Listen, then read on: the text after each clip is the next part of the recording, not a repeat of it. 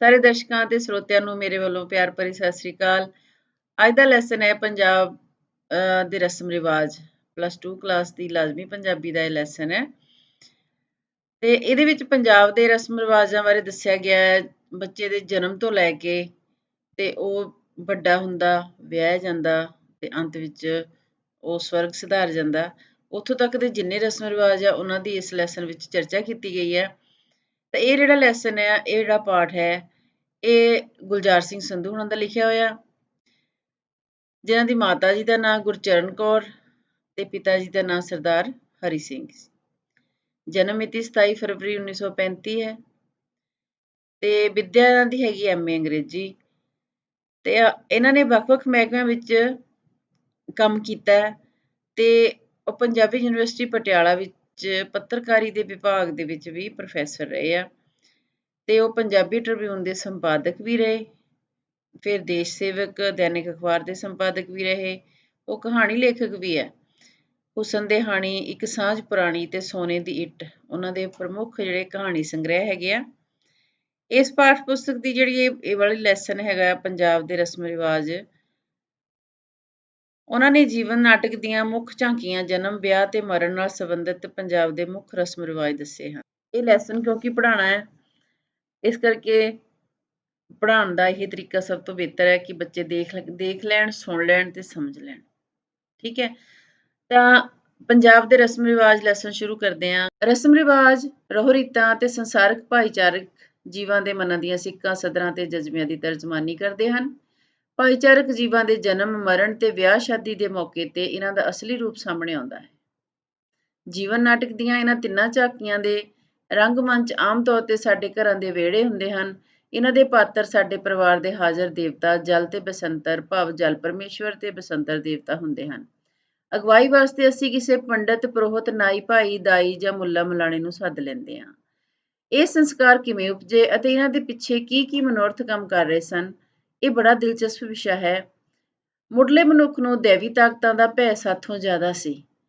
ਬਹੁਤ ਸਾਰੇ ਸੰਸਕਾਰਾਂ ਦਾ ਆਰੰਭ ਇਹਨਾਂ ਦੈਵੀ ਤਾਕਤਾਂ ਨੂੰ ਪਤਿਆਉਣ ਜਾਂ ਰਿਝਾਉਣ ਕਰਕੇ ਹੋਇਆ। ਕੁਝ ਸੰਸਾਰਕ ਖੁਸ਼ੀਆਂ ਦੇ ਪ੍ਰਗਟਾਵੇ ਤੋਂ ਵੀ ਪੈਦਾ ਹੋਏ ਸਿੱਧ ਹੁੰਦੇ ਹਨ।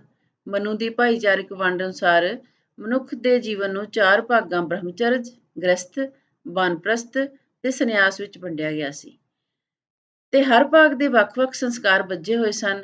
ਇਹਨਾਂ ਦੀ ਮਰਿਆਦਾ ਵਿੱਚ ਬੱਝੇ ਸਾਡੇ ਵਡਾਰੂ ਰੋਜ਼ਾਨਾ ਜੀਵਨ ਦੀਆਂ ਅਨੇਕਾਂ ਸਮੱਸਿਆਵਾਂ ਦੀ ਚਿੰਤਾ ਦਾ ਭਾਰ ਆਪਣੇ ਮਨਾਂ ਉੱਤੇ ਪਾਉਣ ਦੀ ਥਾਂ ਇਹਨਾਂ ਉੱਤੇ ਛੱਡ ਦਿੰਦੇ ਸਨ। ਹੁਣ ਇਹਨਾਂ ਵਿੱਚੋਂ ਬਹੁਤੇ ਸੰਸਕਾਰ ਸਾਡੇ ਭਾਈਚਾਰੇ ਵਿੱਚੋਂ ਅਲੋਪ ਹੁੰਦੇ ਜਾਂਦੇ ਹਨ। ਇਹੋ ਕਾਰਨ ਹੈ ਕਿ ਇਹਨਾਂ ਦੀ ਸਾਂਭ ਸੰਭਾਲ ਤੇ ਵਰਣਨ ਬੜਾ ਜ਼ਰੂਰੀ ਹੋ ਗਿਆ ਹੈ। ਬਹੁਤੇ ਸੰਸਕਾਰ ਅਗਨੀ, ਪਾਣੀ, ਲੋਹੇ, ਅਨਾਜ ਅਤੇ ਬਿਰਖਾਂ ਦੀਆਂ ਟਾਹਣੀਆਂ ਰਾਹੀਂ ਨਪੇਰੇ ਚਾੜੇ ਜਾਂਦੇ ਰਹੇ ਹਨ। ਅਗਨੀ ਚਾਨਣ ਦਾ ਚਿੰਨ੍ਹ ਹੈ, ਪਾਣੀ ਸ਼ੁੱਧਤਾ ਦਾ ਤੇ ਲੋਹਾ ਜਿਹੜਾ ਬਚਾਅ ਦਾ, ਅਨਾਜ ਚੜਾਵੇ ਦਾ ਤੇ ਬਿਰਖ ਦੀ ਟਾਹਣੀ ਜਾਂ ਹਰੀ ਘਾਹ ਜਿਸ ਨੂੰ ਦੱਬ ਕਿਹਾ ਜਾਂਦਾ ਹੈ, ਚੰਗੇ ਸ਼ਗਨ ਦਾ ਸੂਚਕ ਮੰਨਿਆ ਜਾਂਦਾ ਹੈ। ਸਭ ਤੋਂ ਪਹਿਲਾਂ ਅਸੀਂ ਗਰਭ ਸੰਸਕਾਰ ਬਾਰੇ ਗੱਲ ਕਰਦੇ ਹਾਂ। ਪਹਿਲੇ ਸਮੇਂ ਵਿੱਚ ਪ੍ਰੇਤ ਰੂਹਾਂ ਤੋਂ ਬਚਣ ਲਈ ਗਰਭ ਦੇ ਤੀਜੇ, ਪੰਜਵੇਂ ਜਾਂ 7ਵੇਂ ਮਹੀਨੇ ਵਿੱਚ ਇਸਤਰੀ ਦੇ ਪੱਲੇ ਵਿੱਚ ਅਨਾਜ ਬੰਨ੍ਹਿਆ ਜਾਂ ਉਸ ਦੇ ਪੱਲੇ ਪਾਇਆ ਜਾਂਦਾ ਸੀ।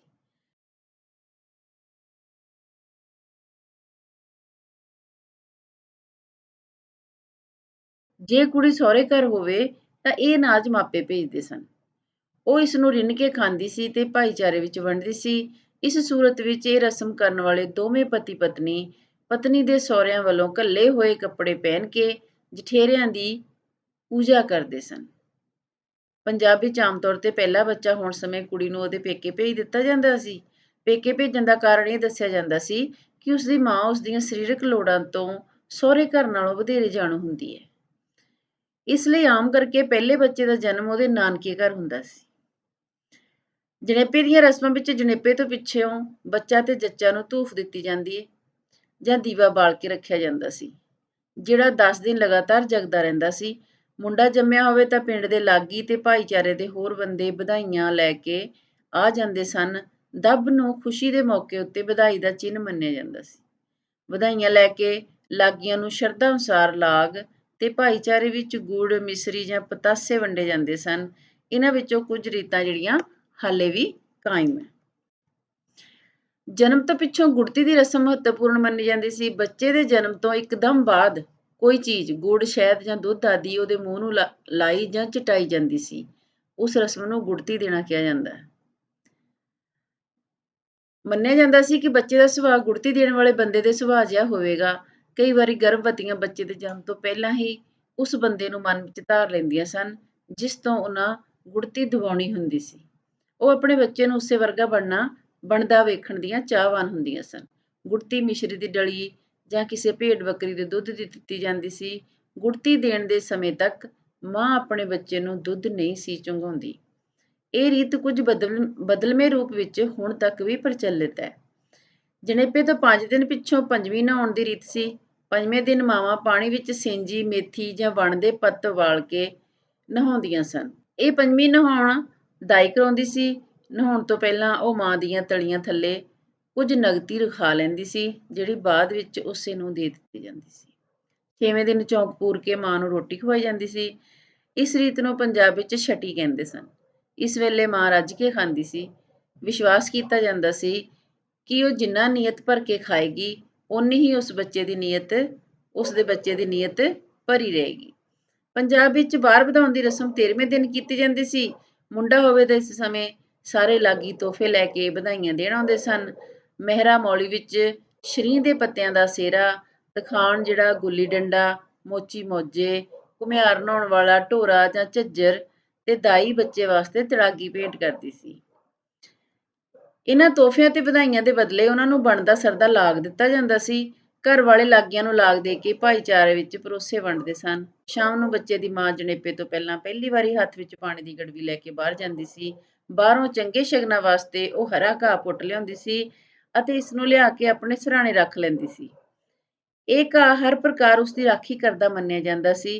ਕੁਝ ਬਦਲਵੇਂ ਰੂਪ ਵਿੱਚ ਇਹ ਰੀਤਾਂ ਅਜੇ ਵੀ ਪ੍ਰਚਲਿਤ ਹਨ।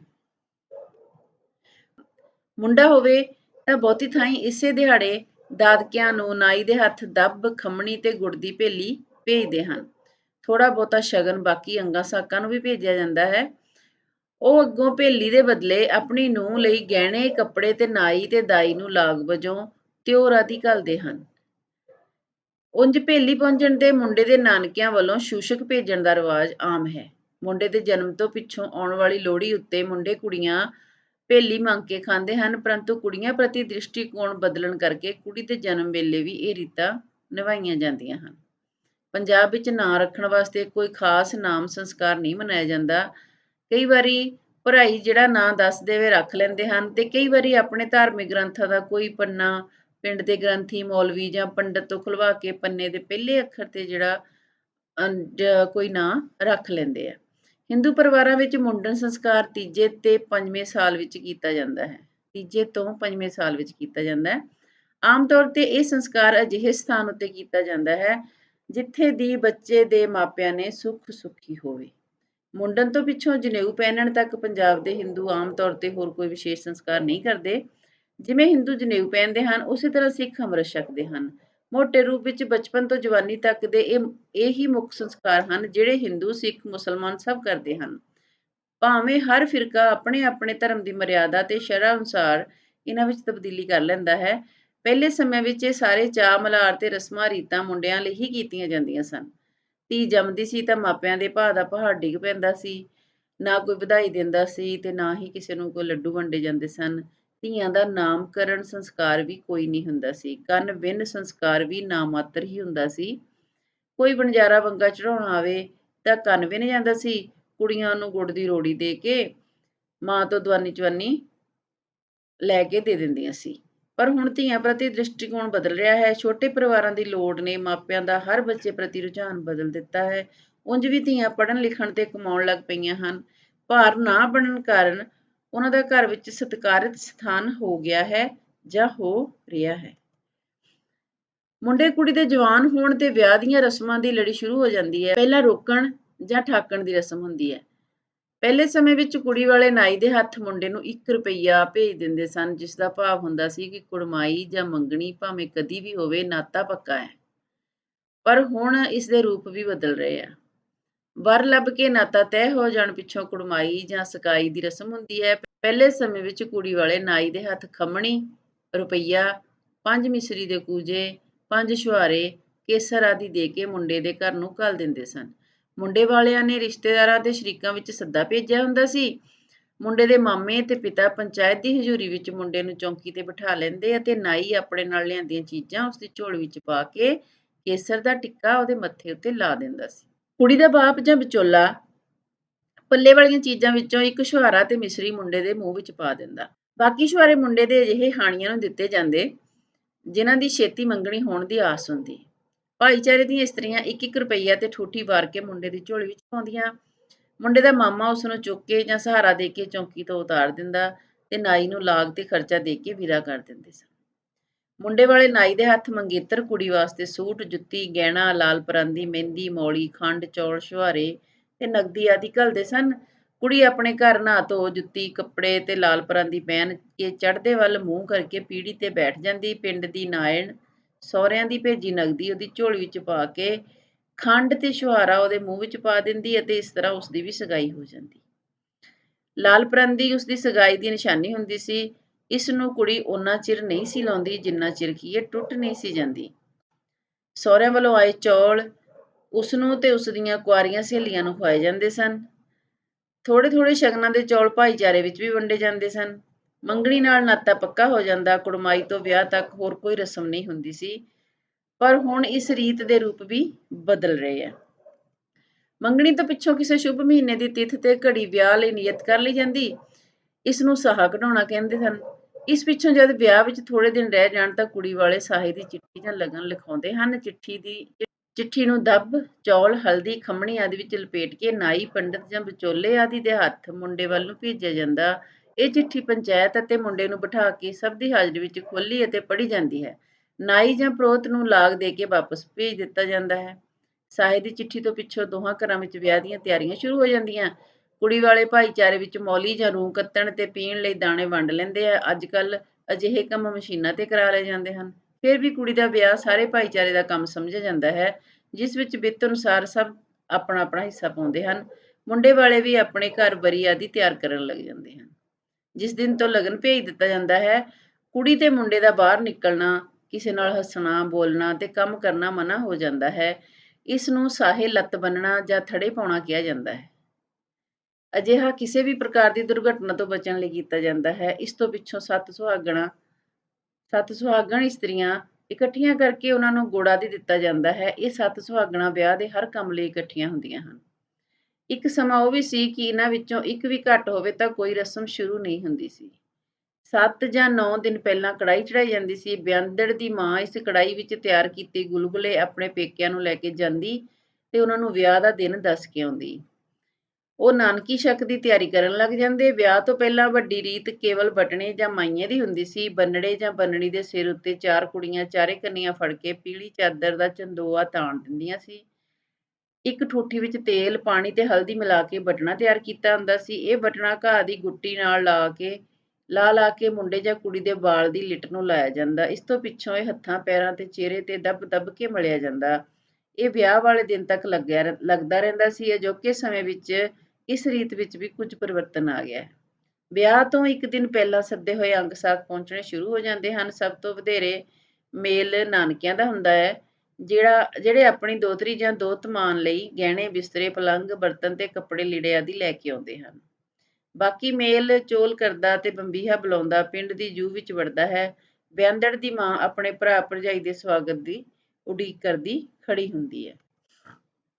ਇਸ ਤੋਂ ਪਿੱਛੋਂ ਘੋੜੀ ਦੀ ਰੀਤ ਹੁੰਦੀ ਹੈ। ਘੋੜੀ ਚੜ੍ਹਨ ਤੋਂ ਪਹਿਲਾਂ ਮੁੰਡੇ ਦੀ ਭਰਜਾਈ ਸੁਰਮਾ ਪਾ ਕੇ ਸੁਰਮਾ ਪਵਾਈ ਲੈਂਦੀ ਹੈ। ਉਸ ਤੋਂ ਪਿੱਛੋਂ ਉਸਦੀ ਭੈਣ ਵਾਗ ਫੜਦੀ ਹੈ ਤੇ ਲੜ ਜਾਂ ਪੱਲਾ ਝੱਲਦੀ ਨਾਲ ਤੁਰਦੀ ਹੈ। ਮੁੰਡੇ ਦੀ ਮਾਂ ਤੇ ਹੋਰ ਸ਼ਰੀਕਣੀਆਂ ਸਲਾਮੀਆਂ ਪਾਉਂਦੀਆਂ ਹਨ ਅਤੇ ਪੂਰੇ ਸ਼ਗਨ ਮਨਾ ਕੇ ਉਸ ਨੂੰ ਮੋਟਰ, ਰੱਥ ਆਦਿ ਵਿੱਚ ਬਿਠਾ ਦਿੰਦੀਆਂ ਹਨ। ਘੋੜੀ ਉੱਤੋਂ ਉਤਰਨ ਤੋਂ ਪਹਿਲਾਂ ਉਹ ਵਾਗ ਫੜਨ ਵਾਲੀ ਭੈਣ ਨੂੰ ਵਾਗ ਫੜਾਈ ਦੇ ਕੇ ਬਾਕੀ ਭੈਣਾਂ ਨੂੰ ਖੁਸ਼ੀਆਂ ਵਿੱਚ ਰੁਪਈਏ ਵੰਡਦਾ ਘੋੜੀ ਚੜ੍ਹ ਜਾਂਦਾ ਹੈ। ਜਦ ਜੰਝ ਕੁੜੀ ਵਾਲਿਆਂ ਦੇ ਪਿੰਡ ਪਹੁੰਚਦੀ ਹੈ ਤਾਂ ਅੱਗੋਂ ਪਿੰਡ ਦੀ ਪੰਚਾਇਤ ਸਵਾਗਤ ਵਿੱਚ ਖੜੀ ਹੁੰਦੀ ਹੈ। ਪਿੰਡ ਦੇ ਦਰਵਾਜ਼ੇ ਉੱਤੇ ਜਾਂ ਡੇਰੇ ਵਿੱਚ ਪਹੁੰਚਣ ਤੇ ਮਿਲਣੀ ਹੁੰਦੀ ਹੈ। ਮਿਲਣੀ ਤੋਂ ਪਿੱਛੋਂ ਜੰਝ ਡੇਰੇ ਮਤਲਬ ਜੰਝ ਘਰ ਜਿਹੜਾ ਉੱਥੇ ਪਹੁੰਚ ਜਾਂਦੀ ਹੈ। ਮੁੰਡਾ ਰਾਤ ਦੀ ਰੋਟੀ ਡੇਰੇ ਵਿੱਚ ਹੀ ਖਾਂਦਾ ਹੈ। ਜੇ ਜਾਂਝੀਆਂ ਦੀ ਗੋਤਣ ਕੋਈ ਕੁੜੀ ਉਸ ਪਿੰਡ ਵਿੱਚ ਵਿਆਹੀ ਹੋਵੇ ਤਾਂ ਉਸ ਨੂੰ ਮਠਿਆਈ ਤੇ ਰੁਪਈਏ ਸਮੇਤ ਪੱਤਲਾਂ ਭੇਜ ਕੇ ਉਸ ਦਾ ਮਾਣ ਸਤਿਕਾਰ ਵੀ ਕੀਤਾ ਜਾਂਦਾ ਹੈ। ਠੀਕ ਹੈ। ਵਿਆਹ ਵਿੱਚ ਫੇਰਿਆਂ ਦੀ ਰਸਮ ਬਹੁਤ ਮਹੱਤਵਪੂਰਨ ਹੈ ਕਿਉਂਕਿ ਇਸ ਤੋਂ ਬਿਨਾਂ ਵਿਆਹ ਸੰਪੂਰਨ ਨਹੀਂ ਸਮਝਿਆ ਜਾਂਦਾ। ਪਰ ਇਹਨਾਂ ਰਸਮਾਂ ਵਿੱਚ ਥਾਂ-ਥਾਂ ਤੇ ਰਿਵਾਜ ਅਨੁਸਾਰ ਤਬਦੀਲੀ ਕੀਤੀ ਜਾਂਦੀ ਹੈ। ਕੁੜੀ ਨੂੰ ਕੁੜੀ ਦਾ ਮਾਮਾ ਖਾਰਿਆਂ ਤੋਂ ਚੁੱਕ ਕੇ ਅੰਦਰ ਬਿਠਾ ਦਿੰਦਾ ਹੈ। ਇੱਥੇ ਹੀ ਕੁੜੀ ਦੀ ਮਾਂ ਮਾਮੇ ਨੂੰ ਮਿਸਰੀ ਜਾਂ ਦੁੱਧ ਦੇ ਕੇ ਸਨਮਾਨਦੀ ਹੈ।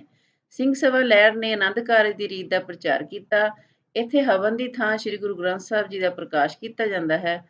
ਫਿਰ ਸੁਹਾਗ ਜੋੜੀ ਸ੍ਰੀ ਗੁਰੂ ਗ੍ਰੰਥ ਸਾਹਿਬ ਜੀ ਦੇ ਆਲੇ ਦੁਆਲੇ ਲਾਵਾਂ ਦੇ ਪਾਠ ਤੇ ਕੀਰਤਨ ਸਮੇਂ 4 ਫੇਰੇ ਲੈਂਦੀ ਹੈ। ਚਾਰੇ ਲਾਵਾਂ ਪੜ੍ਹ ਕੇ ਗ੍ਰੰਥੀ ਜਾਂ ਭਾਈ ਆਨੰਦ ਸਾਹਿਬ ਦਾ ਪਾਠ ਕਰਕੇ ਭੋਗ ਪਾ ਦਿੰਦਾ ਹੈ। ਆਨੰਦ ਕਾਰਜ ਜਾਂ ਲਗਨ ਫੇਰਿਆਂ ਨਾਲ ਅਸਲੀ ਕਾਰਜ ਖਤਮ ਹੋ ਜਾਂਦਾ ਹੈ। ਫਿਰ ਵਰੀ ਹੁੰਦੀ ਹੈ। ਜਾਂਜੀ ਜਿਹੜੀ ਵੀ ਵਰੀ ਲੈ ਕੇ ਆਏ ਹੋਣ ਥਾਲੀਆਂ ਟੋਕਰਿਆਂ ਵਿੱਚ ਖਿਲਾਰ ਕੇ ਬੰਦ ਦੀ ਬੰਦ ਕੁੜੀ ਵਾਲਿਆਂ ਦੇ ਘਰ ਲਿਆਉਂਦੇ ਹਨ। ਇਹ ਭਾਈਚਾਰੇ ਨੂੰ ਦਿਖਾਈ ਜਾਂਦੀ ਹੈ। ਇਸ ਤਰ੍ਹਾਂ ਜੰਝ ਦੇ ਤੁਰਨ ਤੋਂ ਪਹਿਲਾਂ ਕੁੜੀ ਵਾਲੇ ਮੁੰਡੇ ਵਾਲਿਆਂ ਨੂੰ ਤੇ ਆਪਣੇ ਭਾਈਚਾਰੇ ਨੂੰ ਦਿੱਤੇ ਜਾਣ ਵਾਲਾ ਦਾਜ, ਜਿਹੜਾ ਕੁੜੀ ਨੂੰ ਦਾਜ ਦੇਣਾ ਜਾਂ ਖੱਟ ਕਹਿੰਦੇ ਆ, ਉਹ ਦਿਖਾਉਂਦੇ ਆ।